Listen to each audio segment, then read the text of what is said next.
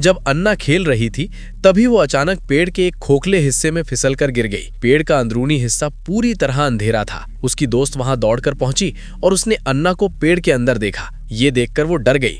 उसने बिना देर किए मदद लाने का फैसला किया। वो एक डंडी पकड़कर नीचे उतरी और जल्दी से घर की ओर दौड़ गई। उसी समय अन्ना की छोटी बहन को भी महसूस हुआ कि अन्ना दिखाई नहीं दे रही है। थोड़ी देर बाद उसके पिता जैक को इस बात का पता चला। पत्नी लीसा भी चिंता से सब कुछ देख रही थी। वो लगातार प्रार्थना कर रही थी कि अन्ना सुरक्षित हो। कुछ ही समय में पुलिस और दमकल विभाग की टीम भी वहां पहुंच गई। एक महिला अधिकारी तुरंत रेस्क्यू वाहन को सही जगह पर ले गई। अन्ना की मां लीसा ने दमकल कर्मियों से बात की और उनसे अपनी बेटी को सुरक्षित बाहर निकालने की विनती की। दमकल कर्मी पेड़ पर चढ़े और टॉर्च की रोशनी में अंदर देखा। उन्हें अन्ना अंदर सुरक्षित मिली। इस दौरान लीसा बार बार खुद को दोषी महसूस कर रही थी। रेस्क्यू प्रक्रिया को तेज करने के लिए दमकल कर्मियों ने एक रस्सी तैयार की और उसकी मदद से एक अनुभवी व्यक्ति को सावधानी से नीचे उतारना शुरू किया। उनके लिए सबसे महत्वपूर्ण चीज समय था। आसपास खड़े लोग चुपचाप ये सब देख रहे थे। सभी की नजरें उसी पेड़ पर टिकी थी। पास ही एक रिपोर्टर इस घटना को रिकॉर्ड कर रहा था। लेकिन जैक और लीजा को किसी और बात की परवाह नहीं थी। उन्हें बस अपनी बेटी का सुरक्षित बाहर आना चाहिए था। भीड़ को देखकर लीसा का मन और भारी हो गया। फिर भी वो पेड़ के पास खड़ी होकर लगातार प्रार्थना करती रही। कुछ समय बाद दमकल कर्मियों ने संकेत दिया कि रेस्क्यू का अंतिम चरण शुरू हो गया है। जैक समझ गए कि अन्ना थक चुकी है